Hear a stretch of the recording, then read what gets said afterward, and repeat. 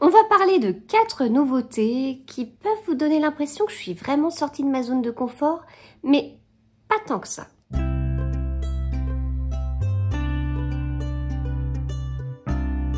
Bonjour à tous, j'espère que vous allez bien. On se retrouve dans ce nouvel épisode de podcast dans lequel nous allons parler, comme je vous le disais, de 4 livres, 4 nouveautés et qui me changent un petit peu, mais pas tant que ça, vous allez voir. Alors, dans quel ordre je vais les présenter? Comme ça. Donc, je commence avec le nouveau livre de Delphine Giraud. C'est le premier que je lis de l'autrice. Là où les souvenirs se révèlent, chez Fleuve. C'est pas forcément le style que je lis principalement, mais vous savez que je lis aussi de la littérature contemporaine autre que des polars. Et celui-ci, en l'occurrence, je l'ai lu comme un polar.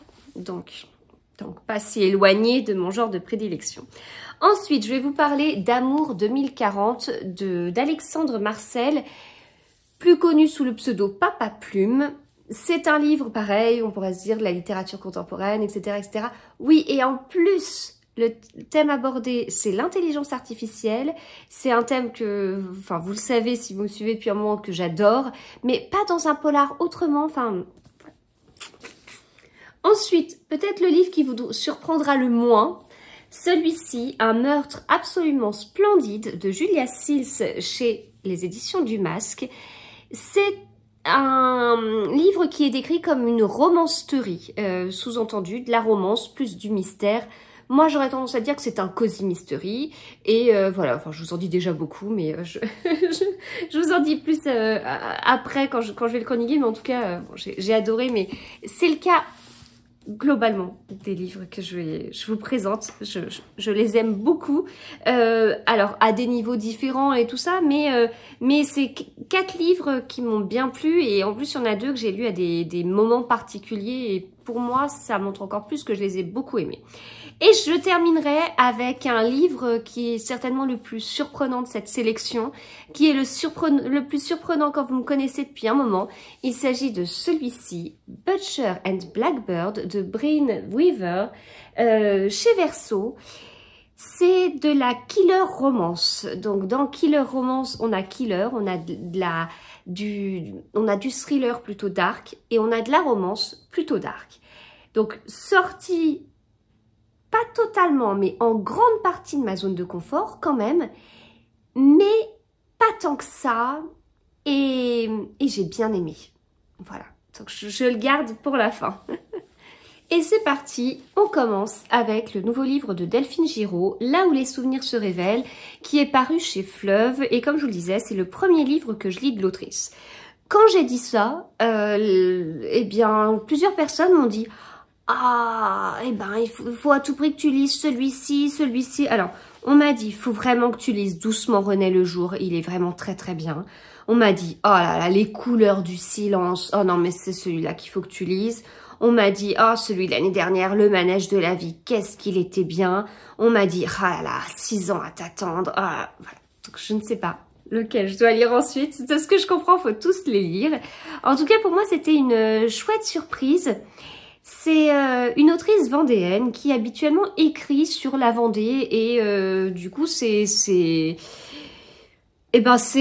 important pour moi. Alors là c'est pas le cas en l'occurrence, je crois que c'est la première fois qu'elle sort de la Vendée dans l'un de ses livres, mais voilà, la Vendée ça a une importance pour moi dans ma vie pour plein de raisons. Selon où c'est en Vendée, je connais très très bien, donc c'est assez rigolo. Des auteurs vendéens, il n'y en a pas 50 000, il y en a d'autres, voilà, pas forcément que en littérature blanche contemporaine, hein, il y en a aussi côté polar, mais voilà, bon ça reste rare et puis c'est toujours un peu amusant. Donc, premier livre que je lis d'autrice, j'en attendais beaucoup parce que voilà, beaucoup de retours, on me l'a beaucoup conseillé et tout ça. Et alors, j'ai bien aimé, même si au début, j'y allais doucement en fait. Parce que en fait, dans ce livre, on va suivre Thomas qui est instituteur, qui a 40 ans, je sais plus s'il les a ou s'il va les avoir, et il est instituteur et au départ on part justement dans ce milieu-là, donc il croit beaucoup en son métier Et je me suis dit, oh là là là là, si on part dans ce monde-là, enfin, je vais y aller vraiment tout doucement parce que c'est un sujet assez sensible chez moi. Enfin, voilà, j'ai des enfants, donc puis moi-même je suis allée à l'école, hein, donc bon, je vois, il y a des choses que je vois, il y a des choses qui sont bien, il y a des choses qui sont moins bien, il y a des choix qu'on fait, il y a beaucoup de choses. Bon, mes enfants sont encore scolarisés, mais ils ont 8, 10 et 12 ans, donc des maîtresses ou des maîtres, on en a vu beaucoup. On a fait plusieurs écoles en plus, parce qu'on a déménagé, parce que... ouais, non, il n'y a pas que ça en fait, mais... bon, bref, du coup, le sujet pouvait vraiment être sensible, vraiment. C'est-à-dire que selon les mots utilisés, selon les situations et tout, j'aurais pu... Et voilà, donc ou au contraire être à fond quoi. Enfin, donc sujet super délicat et j'avais peur en fait du chemin pris et tout. Mais en fait le sujet c'est pas ça. Mais enfin le sujet n'est pas l'école, mais derrière bon c'est forcément un peu abordé. Enfin le personnage principal est instituteur, voilà. Et puis en fait il fait un burn-out. Donc, ce qui est abordé dans le livre, voilà, à plusieurs reprises, bon, même si c'est pareil, c'est pas du tout le sujet du livre en fait. Donc là, pour le coup, c'est un sujet que j'aimerais creuser davantage. Je pense notamment au livre Burnout de Sophie Kinsella, qu'il faut que je lise. Mais bon, voilà, donc il y a ça. Et donc, suite à ça, il va dans un éco-village. Et là, pareil que l'histoire de l'instituteur, je me suis dit... Oups, un éco-village. Dans quoi est-ce que Delphine Giraud va nous emmener? Quel va être l'angle abordé? Parce que de la même façon, on peut très bien aborder un angle qui peut, moi, me mettre en colère, ou au contraire, un angle qui peut tout à fait me passionner, en fait. Donc, sujet encore délicat. Donc je me dis, mince, on en a évité un, et en fait on arrive vers celui-ci. Peut-être que j'aurais préféré celui du début. Mais non, parce qu'en fait c'est pas non plus un sujet sur ça.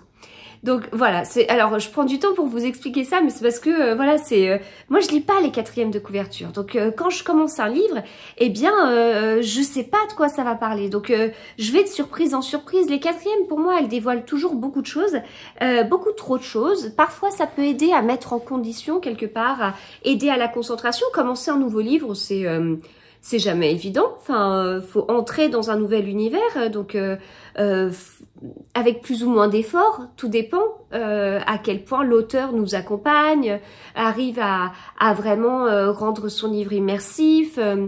Et après, même en fonction de tout ça, le sujet peut ne pas du tout nous passionner.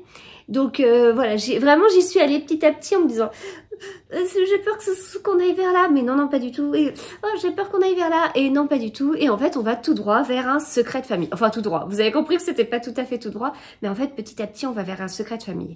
Et donc, ces étapes précédentes, elles sont nécessaires parce qu'en fait, Thomas, il ne vit plus dans son village d'enfance. Enfin, il vit plus du tout là-bas, et il y revient pas.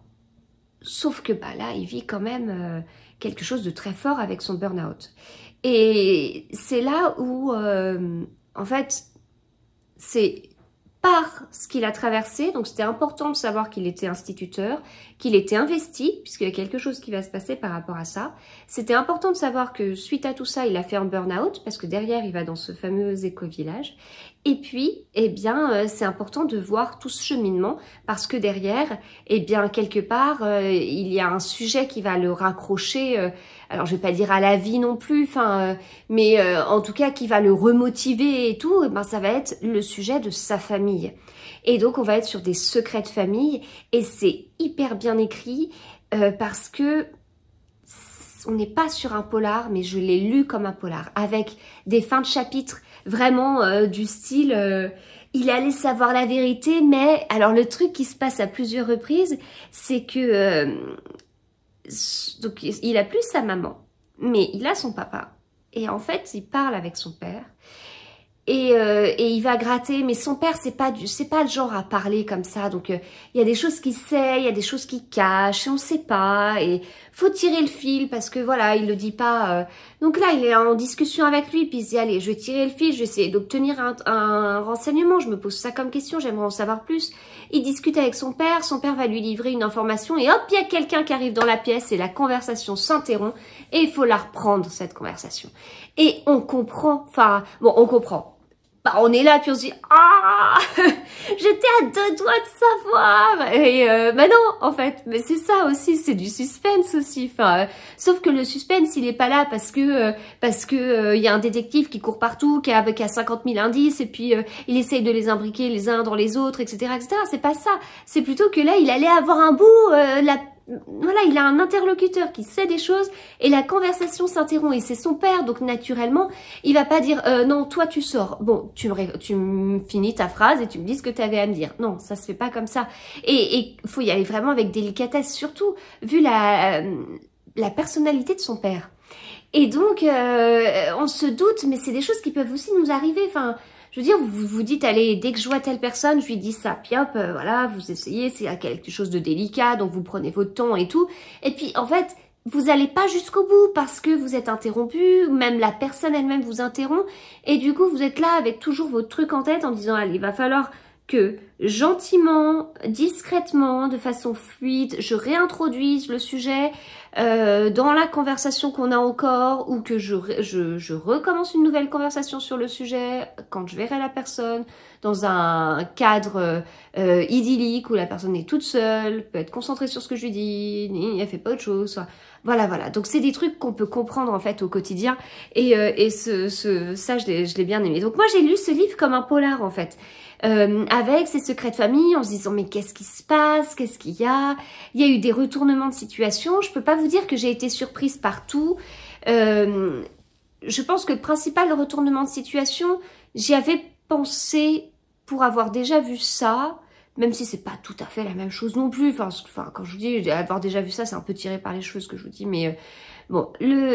Après, il y a le dénouement final quelque part. Enfin, je vois un peu deux choses différentes. Ouais, il y a un retournement de situation qui est une bonne partie du dénouement.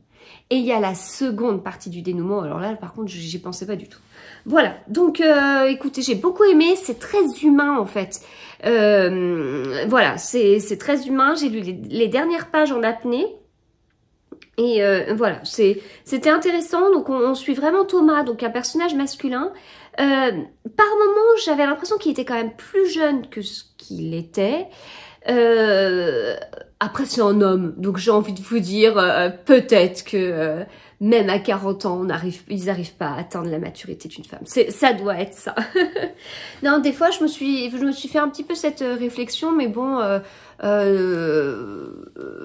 du coup oui, je lui aurais vraiment enlevé quelques années, mais c'est une impression et puis peut-être que c'est moi aussi qui suis partie avec des a priori par rapport à certaines choses, notamment par rapport au fait qu'il soit instituteur, etc. Donc voilà, enfin je pense que c'est par rapport à ça, sur justement ses valeurs, ses croyances, et il était encore très motivé malgré toute son expérience et c'est le côté très motivé qui m'a peut-être, je suis peut-être restée sur ça, enfin bref, je sais pas. Mais voilà, en tout cas c'était très bien et puis bah voilà, ça donne envie d'en lire d'autres. Je continue avec Amour 2040 d'Alexandre Marcel, plus connu sous le pseudo Papa Plume. Et donc c'est un livre qui est sorti il y a pas très longtemps chez Michel Lafon. C'est un livre qui me tentait, alors c'est le deuxième livre de l'auteur, j'ai pas lu le premier, mais ce n'est pas une suite, donc ça me va, parce que sinon, vous savez, je préfère lire les séries dans l'ordre. C'est un livre qui m'intriguait pour plusieurs raisons. Déjà, Amour 2040, ben on a 2040, donc ça fait poser question. La couverture, je la trouve trop chouette. Tout à fait les couleurs que j'adore. C'est un influenceur, donc ça m'intriguait aussi de savoir, enfin d'en savoir plus en fait sur ses livres. Voilà, j'ai rien lu de la 4e de couverture parce que je le fais plus, c'est ce que je vous disais juste avant. Donc j'y suis allée. J'ai commencé ce livre, sauf qu'en fait je l'ai commencé à une période où j'avais pas trop le temps de lire parce qu'il y a eu énormément d'événements littéraires ces derniers temps, ce qui est trop bien. Moi j'adore, je ne me lasse pas d'événements littéraires. C'est très addictif. Et donc, bah, quand j'ai un événement littéraire, bah, c'est le soir et en fait, bah, voilà, comme la plupart des gens, je travaille en journée et je lis le soir, une fois que j'ai fini mon travail, une fois que les enfants sont couchés ou pas loin, ou autonomes pour se coucher, enfin bref, voilà. Et, et donc, bah, je l'ai lu un petit peu par petits bouts. Souvent, lors des événements littéraires, j'arrive un petit peu plus tôt. Donc, je me pose dans un café et je vais lire quelques pages. Et puis, le lendemain, pareil. Enfin, j'ai vraiment enchaîné les événements et c'est l'un des livres qui m'a accompagnée à ce moment-là. Et je vous dirais exactement la même chose sur le livre suivant. Moi, je suis plutôt quelqu'un qui lit un livre d'un coup. Vous savez, je lis beaucoup et là, on est sur un livre de 360 pages. C'est un livre que je me lirais habituellement sur un dimanche après-midi, puis un début de soirée de dimanche, en fait. C'est mon rythme habituel, ou alors je le lirais sur 2 soirs en semaine, mais voilà, c'est pas mon style de morceler en autant de bouts ma lecture. Et du coup, bah, j'appréhendais un peu parce que c'est vraiment le style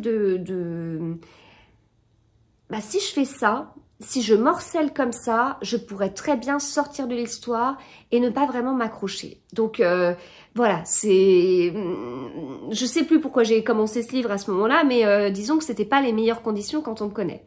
Sauf que j'étais tellement bien dans le livre, tellement bien dans l'histoire, que oui, c'est vrai que je lisais que quelques pages avant des événements.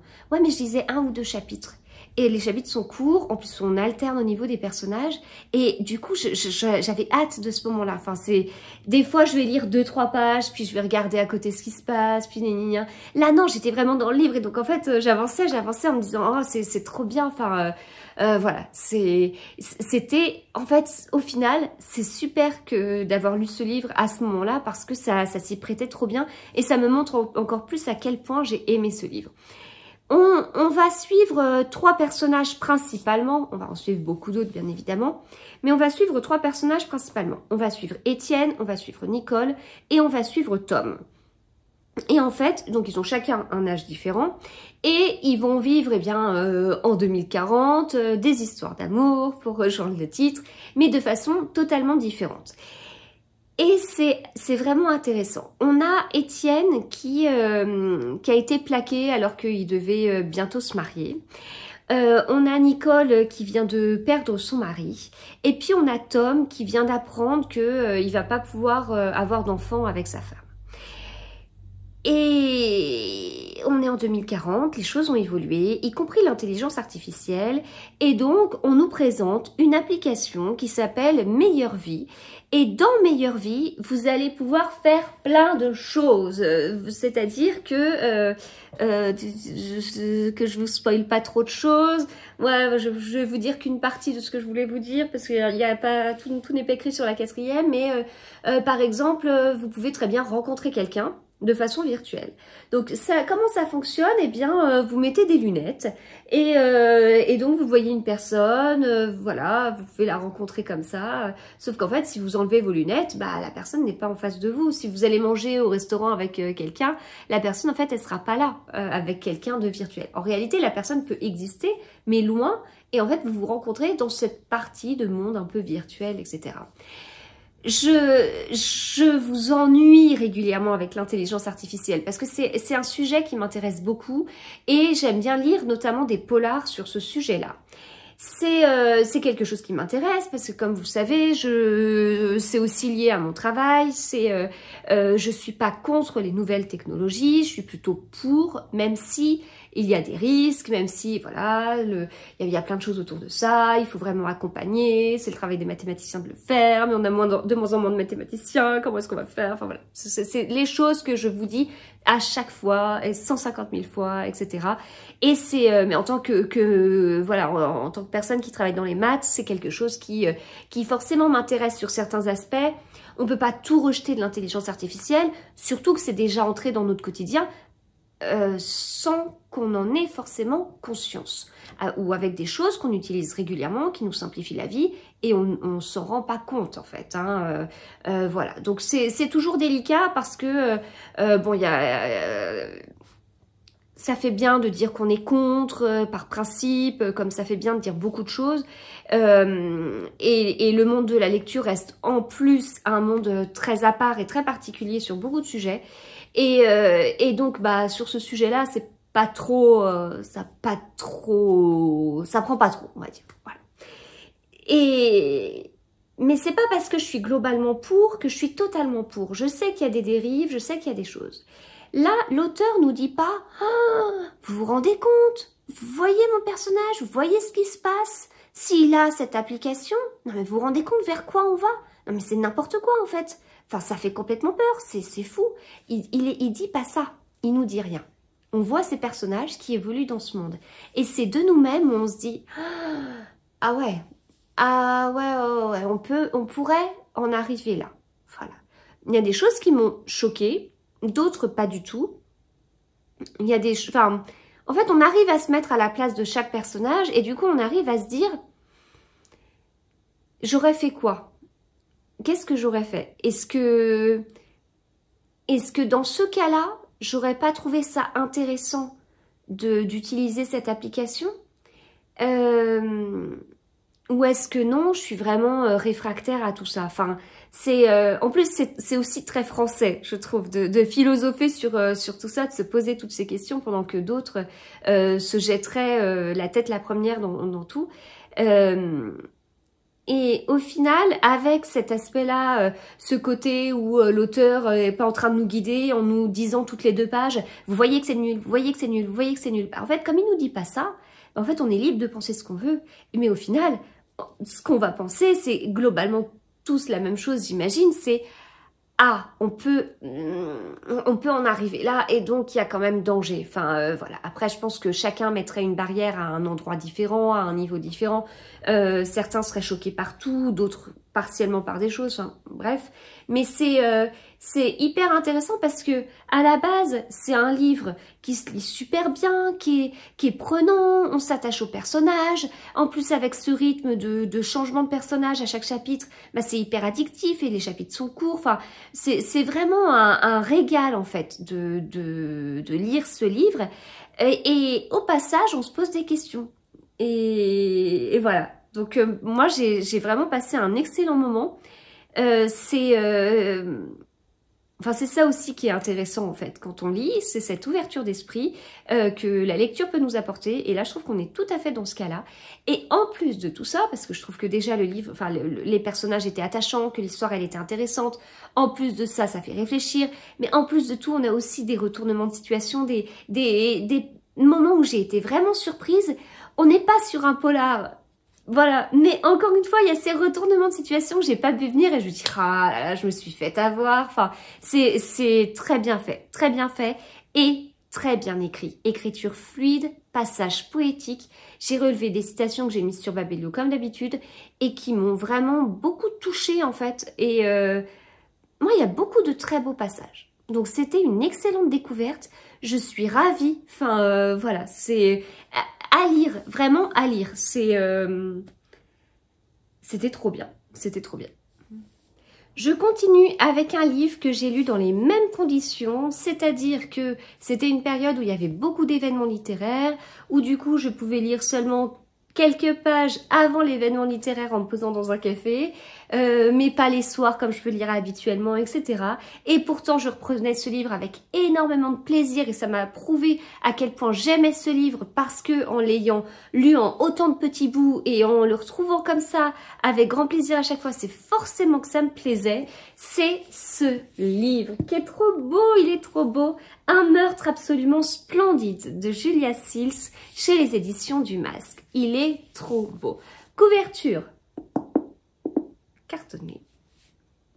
Jaspage uni. Mais écoutez, c'est déjà très bien parce que moi je lis des livres qui sont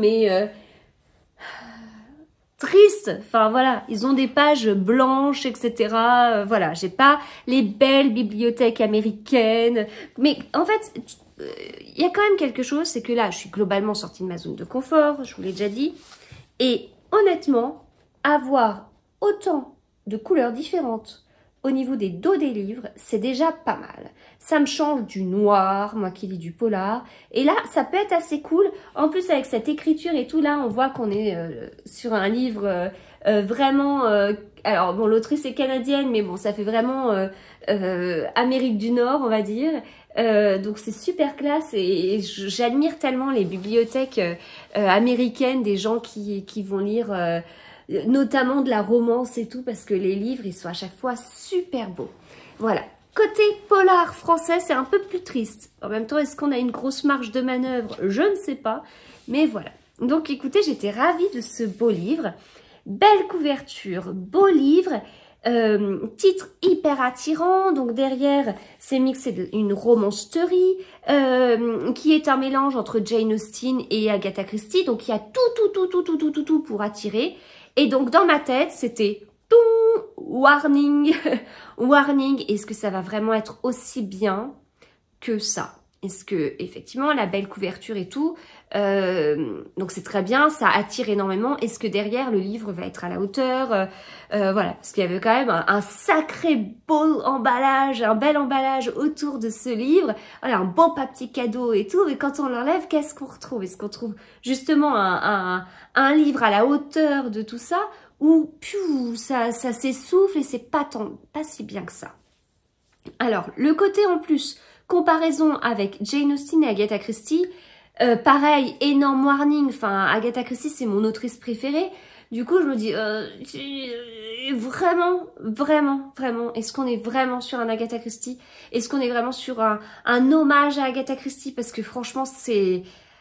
Enfin, si on écoutait toutes les quatrièmes de couverture, tous les romans policiers seraient des hommages à Agatha Christie, sauf que il y en a pas beaucoup qui arrivent à son niveau, donc voilà. Bon, Jane Austen, c'est différent, je la connais moins, j'en ai pas lu 50 000 des livres d'elle, j'en ai lu qu'un, que je vais relire prochainement en plus. Mais voilà, donc c'est différent. Après, je comprends quand on aime ces univers-là, etc. Et en l'occurrence, eh ben, c'est pas faux. On est vraiment dans ces univers-là, et donc Jane Austen et Agatha Christie, et du coup, eh bien, ouais, ce livre avait un bel emballage, avait un beau papier cadeau, et quand on défait tout ça, eh ben, le livre, il est à la hauteur, en fait. Le contenant et le contenu sont topissimes. Donc, c'est ce qui est nommé un romancerie, ah, c'est pas vrai, j'ai pas réussi à le dire, un romancerie, et pas un cozy mystery. Moi, je vais vous parler d'un cozy mystery parce que oui, il y a de la romance, oui, il y a du mystère, mais c'est cozy par cette ambiance de Jane Austen. La romance, pour moi, elle n'est pas si présente que ça. En revanche, le côté roman policier, il est vraiment bien présent et il est vraiment très bon pour un cozy mystery. Donc, ça tient vraiment la route sur cette partie. Et puis bah la partie cosy, ben oui, mais parce que l'univers de Jane Austen en fait. Donc oui, tout à fait. C'est un régal, il y a beaucoup d'humour, il y a des passages mais qui sont excellents. J'ai noté beaucoup de citations. C'est assez drôle parce qu'on a des chapitres classiques qui nous emmènent dans l'histoire et puis on a comme des petites pauses avec d'autres chapitres. Soit on évolue dans l'histoire par... une pièce de théâtre, donc on a juste une page avec, on nous décrit la scène et puis on a les dialogues et du coup c'est encore plus drôle parce que c'est mis comme ça, mais on a d'autres choses, on n'a pas que ça, on a des extraits, enfin là en l'occurrence je suis tombée sur une dédicace, mais il y a des extraits de la Gazette de Londres, voilà, donc il y a plusieurs choses comme ça qui, c'est un petit peu entre chaque chapitre, une petite pause avec ça, donc c'est plutôt rigolo. Quand on commence, on a la liste des personnages, enfin la liste des invités. Hop. Voilà. Vous voyez, en plus, c'est super beau, super bien écrit. Donc, bah, j'ai vite essayé de mémoriser les personnages, etc. En fait, c'est parce qu'on va se retrouver avec une famille qui va être invitée à un bal. Et en fait, le personnage principal de ce livre, c'est Béatrice Steele. Béatrice, comme son nom l'indique, elle vient de la famille Steele. Dans la famille Steele, eh bien, on a la mère qui cherche à marier toutes ses filles, ses 3 filles. Alors, d'ailleurs, j'ai un doute, je crois que c'est la deuxième, hein, c'est pas l'aînée, enfin, ça, ouais, il me semble pas. Bon, sa sœur aînée, ou alors la deuxième, je sais plus. Elle est comme il faut, elle est vraiment exactement comme ce que sa mère aimerait. Elle suit le manuel des bonnes manières, je sais plus comment s'appelle ce manuel, mais voilà. Elle est vraiment exactement la perfection, en fait. Et puis, on a sa dernière sœur qui est transparente. Et il y a beaucoup de notes de bas de page sur la sœur, en fait, parce que dans l'histoire, elle est transparente, mais en fait, on nous ajoute une petite note de bas de page pour nous donner des informations sur elle. Et en fait, c'est très rigolo. Faut que j'arrive à vous trouver un exemple. Elle s'appelle Marie, pauvre Marie. Vraiment, c'est... voilà, Marie avait sa propre chambre, donc ça c'est note de bas de page. Hein. Marie avait sa propre chambre où personne n'avait le droit d'entrer. Tout le monde se pliait volontiers à cette règle car il y planait toujours une odeur de chair fraîche et tout était couvert d'une étrange couche de fourrure. Voilà. On se dit c'est pas vrai. Qu'est-ce qui se passe encore avec Marie? Donc là, pareil, note de bas de page. Marie était renfermée, réservée et dans l'ensemble mystérieuse. Ce que la plupart des gens savaient d'elle, c'était qu'elle avait les cheveux ternes et qu'elle aimait se promener dans la nature. Ce qu'ils ignoraient aurait rempli plusieurs volumes. C'est beau, c'est très beau.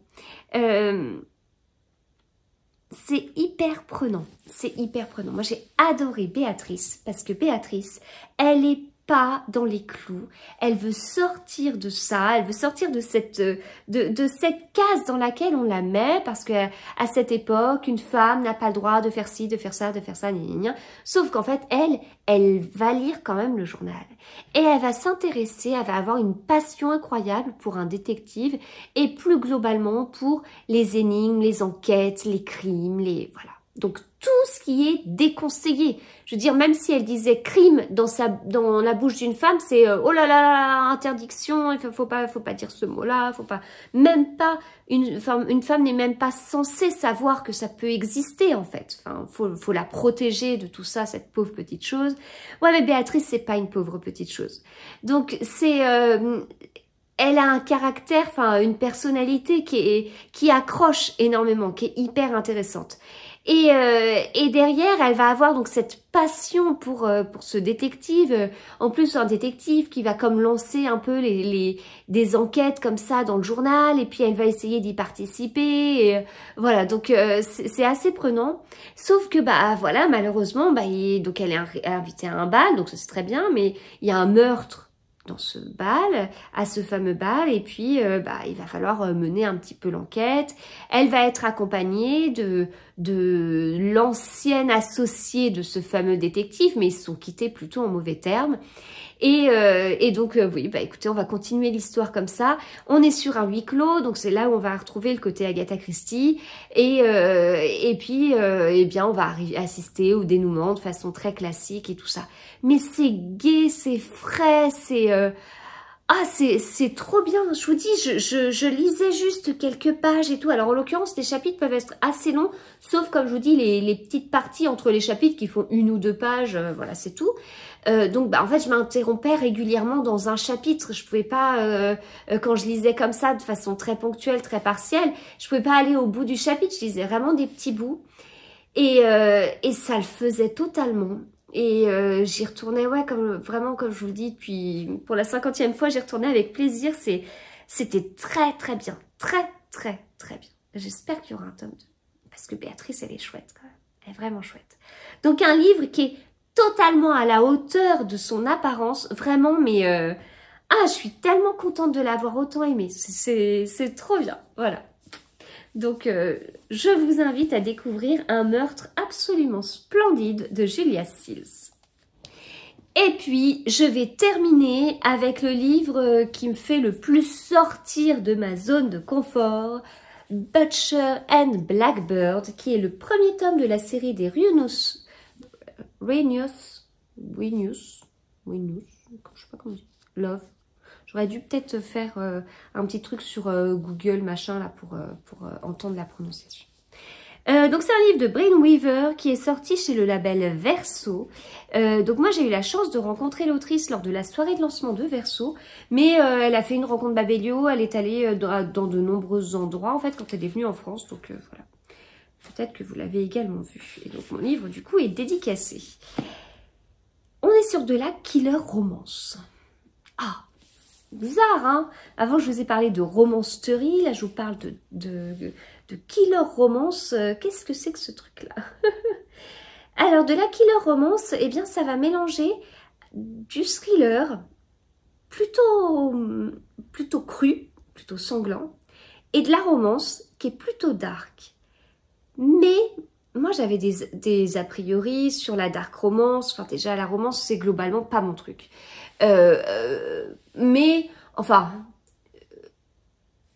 dans le sens où je ne vais pas lire que de la romance. Mais en fait dans les livres que je lis il peut y avoir de la romance.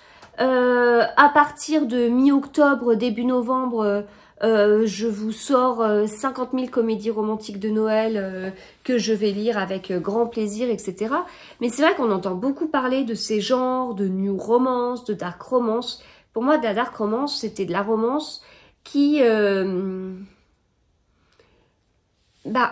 peu violente, qui plaçait pas les femmes où il faut, enfin plutôt soumise par rapport à un homme qui est voilà, un peu trop, comment dire, qui prend un petit peu trop le dessus. Donc voilà, j'avais pas trop envie d'y aller vers ce style-là, mais là c'est pas du tout le cas. On a des avertissements au début. Alors déjà, c'est mis derrière que c'est pour un public averti. Il y a des avertissements que je trouve très rigolos. Donc c'est mis que donc si Blucher and Blackbird est une comédie romantique noire qui, je l'espère, vous réjouira à la folie, elle n'en demeure pas moins noire. À lire avec prudence. Voilà. Et donc du coup, il y a toute une liste de choses où, on a de la chirurgie amateur, de la décoration en peau, des décorations en peau, tronçonneuses, haches, beaucoup d'objets tranchants. On a du cannibalisme, donc ça va être pour la partie un peu thriller. Et pour l'autre partie, on a plein de choses, voilà, scènes explicites, incluant sens illimité. Et là, on a toute une batterie de mots, de trucs, Là, je me suis dit, oh là là là là là là là là, voilà. Et le livre est dédié pour toutes les personnes qui ont lu les avertissements et qui se sont dit, cannibalisme accidentel, oh, chouette, voilà. Donc ça vous montre déjà l'humour qu'on va retrouver dans le livre. Donc pourquoi je l'ai lu en fait parce que ça peut être bizarre. Enfin, je l'ai lu parce que j'ai rencontré l'autrice déjà et que ça me tentait bien en fait. De voir l'autrice, ça m'intriguait. De voir ce qu'elle pouvait écrire.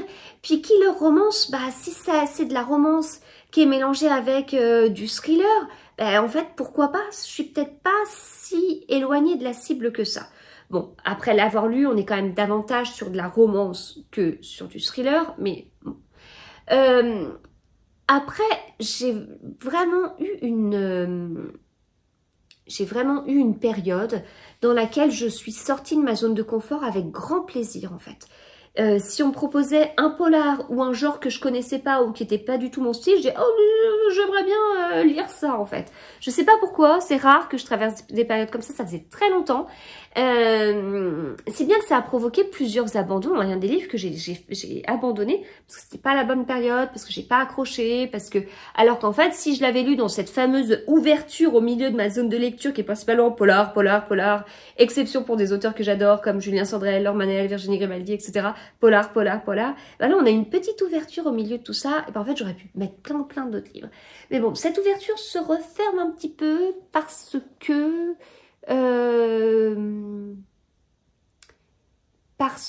là j'ai des choses vraiment à lire pour des choses très particulières. Donc il faut, enfin pas des livres particuliers, mais là je dois vraiment lire des livres pour certaines raisons. Donc c'est même pas une histoire de zone de confort, pas zone de confort, faut que je lise des livres. Cet été, avec mon challenge Finissons nos séries, là je vais retourner bien dans ma zone de confort avec mes séries de livres que je vais enchaîner, que je vais adorer. Donc, avertissement surtout à lire au début du livre. Donc, la partie thriller, ça m'inquiétait pas. Ouais, c'est sanglant, ouais, c'est quand même du haut niveau. On a deux personnages, on a Butcher et on a Blackbird. On a Rowan et on a Sloane. Et en fait, eh bien, ils sont tous les deux tueurs en série. Tintin. Et en fait, ils sont en compétition. Et c'est très rigolo et on s'attache à eux. Et même si ce sont des tueurs, on retient surtout qu'ils tuent des tueurs en série, qu'on fait des choses très moches. Donc en fait, presque, on s'attache aussi pour cette raison-là. Et il va y avoir tout ce truc, tout ce jeu entre eux qui va évoluer. Donc c'est pour ça que je vous dis la partie thriller, ouais, oui, il y a des choses. Quelqu'un qui lit que de la romance et qui passe comme ça sur de la killer romance... sur la partie thriller, la personne doit vraiment prendre un sacré coup en disant « Ah oui, peut-être davantage que moi qui lis beaucoup de thrillers et qui du coup, j'ai juste eu à faire un effort sur la partie romance plutôt noire. » Voilà. Je pense que c'est plus simple dans ce sens-là. Enfin, je suis moins choquée que le fait de passer d'une romance plutôt classique, plutôt rose, plutôt voilà, à ça. Après, pour ceux qui lisent de la dark romance, eh ben peut-être qu'ils ont été déçus parce que de ce que j'entends de la dark romance, enfin de ce que j'entends de certaines dark romance, eh bien on n'est pas tout à fait sur de la dark romance, c'est plutôt light sur certains points. Mais oui, on a quelques scènes un peu spicy, on a quelques scènes, voilà, olé olé. Ça arrive tardivement dans le livre, il n'y en a pas beaucoup. Ouais, ils vont plutôt loin. Et moi, il n'y a rien qui m'a particulièrement choquée parce que ça va avec la relation qu'ils ont. C'est pas un livre qui est tourné que pour ces scènes-là. Quand je dis tourné, c'est pas un film, mais c'est pas un livre qui est orienté que sur ces scènes-là. Il y a quand même une histoire. C'est pas le cœur du livre en fait. Il y a une histoire et puis à un moment donné, ça arrive en toute logique quelque part et voilà. Et puis comme je vous dis, il y en a vraiment pas 50 non plus. Donc voilà. Mais c'était cette partie que j'appréhendais un petit peu parce que je dis oh, je ne suis pas habituée. Voilà, je me suis vraiment attachée au personnage.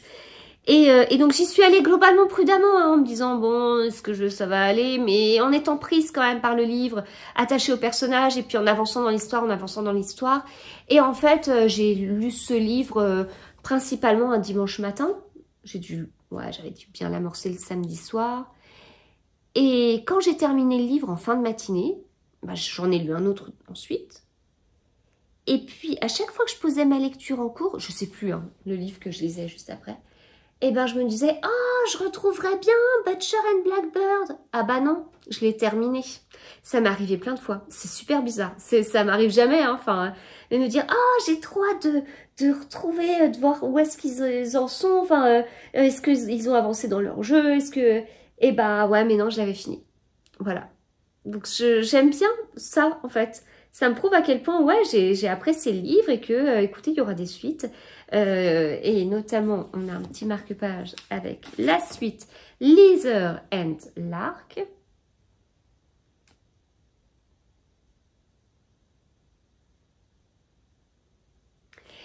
Voilà. Et donc, eh bien, il sortira le 11 octobre. Et voilà, écoutez, ça m'intéresse parce que là, on va avoir deux autres personnages qu'on a déjà rencontrés dans le livre. Mais j'imagine qu'on aura toujours des nouvelles de Butcher and Blackbird en arrière-plan, en personnage secondaire. Voilà, donc c'était plutôt bien. Mais pensez bien aux avertissements si vous avez l'occasion de le voir en librairie.